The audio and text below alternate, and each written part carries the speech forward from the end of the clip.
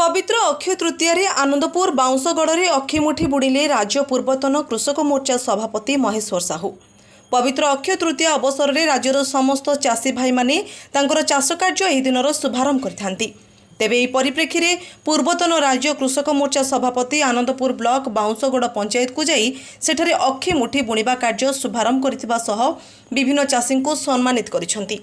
तेबे एही कार्यक्रम में आनंदपुर ब्लॉक सांसद प्रतिनिधि टुकुना महांती, शांतनु सेठी प्रमुख बीजेपी कार्यकर्ता जोगदे कार्यक्रम को सफल करथिले।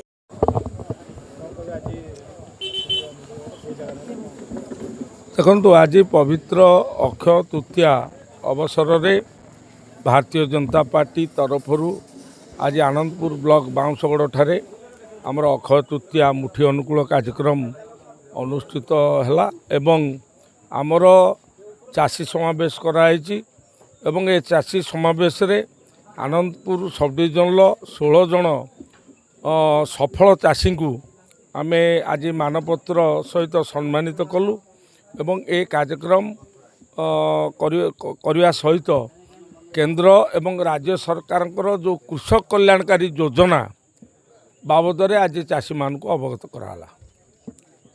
बीजेपी सरकार आम जो सहानुभूति आ जो संवर्धना उत्सव पालन कर आम बहुत गर्वित आउ समस्त को धन्यवाद दूचु। आउ बेसी किसी बर्तमान कही पारुनी। चाष यहाँ परिवा चाष मु कोदणधर पाल दुडुगा तरतरा जीपी